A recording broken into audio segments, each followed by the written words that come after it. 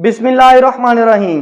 अस्सलाम वालेकुम students, welcome to CBEL concept based education learning YouTube channel. मैं हमाद अहमद आपका ट्यूटर। आज के इस लेक्चर में, आज की इस वीडियो में हम बात करेंगे आइकम पार्ट 2 की और इसका सब्जेक्ट है बिजनेस स्टैटिस्टिक्स। तो स्टूडेंट्स, आपको पता है हम इस साल annual examination 2023 for all Punjab board, जिसमें Lahore board, Sargodha board, Islamabad board, Rawalpindi board, आपके पास इसके अलावा स्टूडेंट्स गुजरांवाला बोर्ड, तो पंजाब के जितने भी बोर्ड्स हैं इनके अंदर जो स्टूडेंट्स आइकम पार्ट 2 से रिलेटेड हैं उनको हम एग्जाम प्रिपरेशन इस साल 2023 करवा रहे हैं।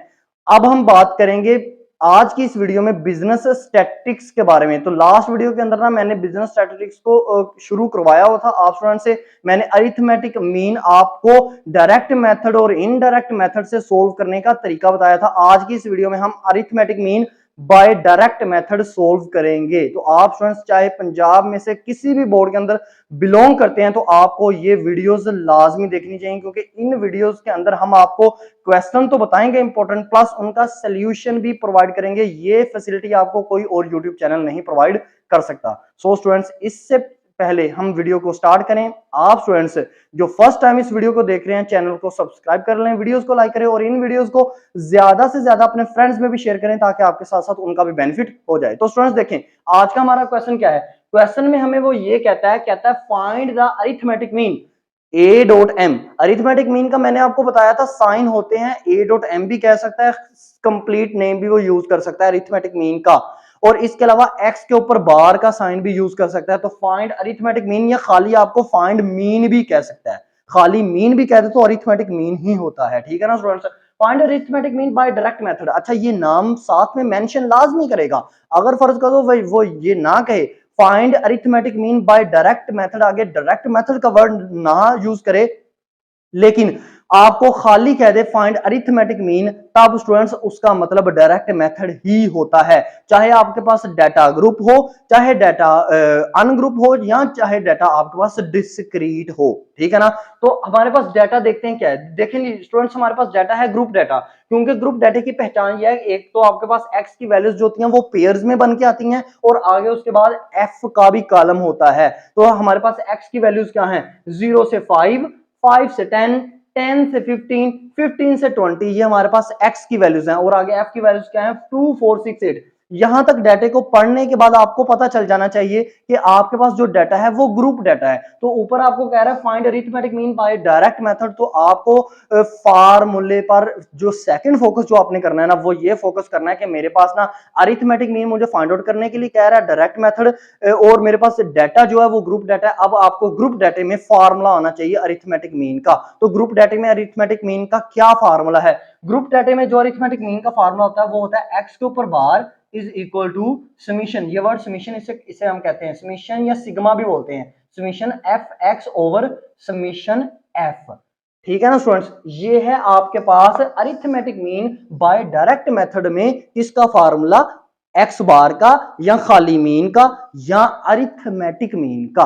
तो हम क्या करते हैं, सॉल्यूशन की तरफ चलते हैं। तो सबसे पहले आपने कैसे करना है, आपने सॉल्यूशन लिखना है। सॉल्यूशन में आप ना क्वेश्चन को दोबारा से भी नीचे उतार सकते हैं। सबसे पहले एक्स की वैल्यूज उतारनी है, फिर आपने एफ की वैल्यूज उतारनी है। एक्स की वैल्यूज क्या है, 0 से 5, 5 से 10, 10 से 15, 15 से 20, और एफ की वैल्यूज क्या है, 2, 4, 6 और 8। अब ना आपने क्या करना है, ये जो एक्स की वैल्यूज पेयर में दी हुई है ना, इसको कोई ऐसी सिचुएशन क्रिएट करनी है कि इसको आपने ना, जैसे एक्स की वैल्यूज अनग्रुप डाटा में होती है ना, वैसे आपने इसको क्रिएट करना है। तो कैसे आप इसको कैसे डिस्ट्रीब्यूट करोगे, कैसे तकसीम करोगे अनग्रुप डाटा के अंदर, ठीक है ना।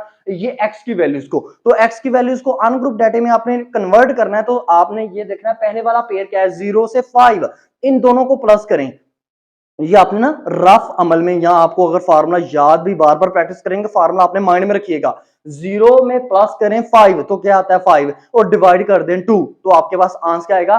x का आपने दोबारा से थर्ड कॉलम x का बनाना है और उसमें पहली वैल्यू लिख देनी है 2.5। कैसे आया, 0 + 5 डिवाइडेड बाय 2, तो क्या आता है 2.5 आता है। अब इसी तरह दूसरी वाली वैल्यू 5 से 10, 5 में 10 प्लस करें तो स्टूडेंट्स 15 आता है, डिवाइड करें 2 से तो आपके पास आंसर आएगा 7.5। सेकंड वन एक्स का आंसर आ गया 7.5। अब थर्ड वन क्या है, 10 से 15, 10 प्लस 15 ये आपके पास 25 आएगा और 25 को डिवाइड 2 से करेंगे तो 12.5 आपका x का तीसरा जवाब आ गया, ठीक है ना। अब 15 से 20 ये कितना होता है 35, 15 प्लस 20 35 डिवाइडेड बाय 2 करेंगे तो आपके पास जो आंसर आएगा वो आएगा 17.5। अब आपने क्या किया, ये x की वैल्यूज को, पेयर वाली वैल्यूज को आपने अनग्रुप डेटा में कन्वर्ट कर दिया। अब क्या करो, देखो अब फार्मूले के ऊपर फोकस करो। फार्मूला आपके पास क्या है, फार्मूला आपको कहता है समीशन एफ एक्स, बटे के ऊपर देखोगे समीशन एफ एक्स, ये बटे को बटा भी बोलते हैं, बाय भी बोलते हैं, ये लाइन को अंडरस्टैंड करना है आपने, ठीक है ना। समीशन एफ एक्स है तो x की वैल्यूज आपने कन्वर्ट कर ली, क्या 2.5, 7.5, 12.5 और 17.5। अब इसको हमने f से मल्टीप्लाई करना है। देखो ना फार्मूले की रिक्वायरमेंट है, f से मल्टीप्लाई करेंगे तो इसका मतलब है हमें एक अलग से कॉलम बनाना पड़ेगा जिसका नाम है fx। तो हमें fx का मैंने कॉलम बनाया, f की वैल्यू क्या थी 2, 2 को मल्टीप्लाई किया 2.5 से तो आपके पास आंसर आएगा 5, ठीक है, मैंने लिख दिया। अब f की दूसरी वैल्यू कितनी है 4, 4 को मैंने मल्टीप्लाई करना है x की दूसरी वैल्यू से, जो हमने अभी x की वैल्यूज जो हमने अनग्रुप डेटा में उसको कन्वर्ट किया, ठीक है, जो हमने इन पेयर्स को तोड़ा है। तो f की दूसरी वैल्यू है 4, x की दूसरी वैल्यू है 7.5, मल्टीप्लाई करेंगे तो आपके पास 30 आएगा, ठीक है। अब f की तीसरी वैल्यू क्या है 6 और x की तीसरी वैल्यू क्या है 12.5, मल्टीप्लाई करेंगे तो आपके पास आएगा 75, ठीक है ना, fx के कॉलम में। अब इसी तरह f की फोर्थ वन वैल्यू क्या है आपके पास, वो है 17.5। जब उसको मल्टीप्लाई हम करेंगे, x की 4 वन वैल्यू है हमारे पास 17.5, f की 4 वन वैल्यू हमारे पास 8 है। जब 8 को मल्टीप्लाई करेंगे 17.5 से तो हमारे पास आएगा 140। अब देखो, अब फार्मूले की रिक्वायरमेंट है, आपने इसको समीशन करना है। देखो समीशन fx है, इसको सिग्मा fx भी बोलते हैं, ठीक है ना। समीशन fx मतलब ये fx की वैल्यू को समीशन करो तो आपके पास क्या आएगा, यानी कि आपने fx का जो कॉलम है ना आपके पास जिसमें वैल्यू आई है 5, 30, 75, 140, इसको समीशन करेंगे या इसका सिग्मा लेंगे तो आपके पास समीशन का मतलब होता है ऐड अप करना, ठीक है। इसको ऐड करो तो आता है 250, लीजिए आपके पास समीशन एफ एक्स कितना आ गया 250। अब बटे के नीचे देखो ना फार्मूले के अंदर, तो उसमें समीशन एफ है, तो इसका मतलब आपको जो खाली एफ का कॉलम है ना उसको समीशन करना पड़ेगा। तो खाली एफ का कॉलम क्या है, ये 2, 4, 6 और 8, इसको समीशन किया तो 20 आया। अब फार्मूला दोबारा से लिखो अपने क्वेश्चन पेपर पे यानी कि सॉल्यूशन शीट के ऊपर, तो आपने लिखा x bar is equal to summation F X over summation F X कितना है 250, 250 को डिवाइड करना है आपने स्टूडेंट्स 20 के ऊपर, तो आपके पास जो आंसर आएगा वो आएगा 12.5, ठीक है स्टूडेंट्स। ये है आपका एक क्वेश्चन जो कि आपको दिया हुआ है, find the arithmetic mean by direct method.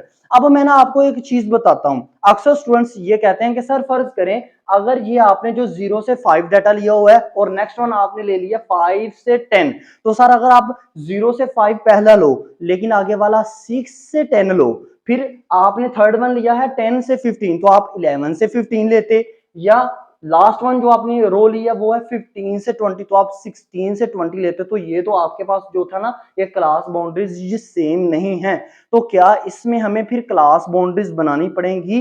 Students बात सुने, अगर आपको अरिथमेटिक मीन का क्वेश्चन कह दे बाय डायरेक्ट मेथड से, तो आपकी चाहे ये क्लास बाउंड्रीज ना बनी हो, क्लास बाउंड्री मींस क्या 0 से 5, 6 से 10 हो, फिर 11 से 15 हो और 16 से 20 हो, तो चाहे आप क्लास बाउंड्रीज बना लें चाहे ना भी क्लास बाउंड्रीज बनाएं, आप बिल्कुल डायरेक्ट इसी तरह क्वेश्चन करें, आपका क्वेश्चन बिल्कुल ठीक होगा।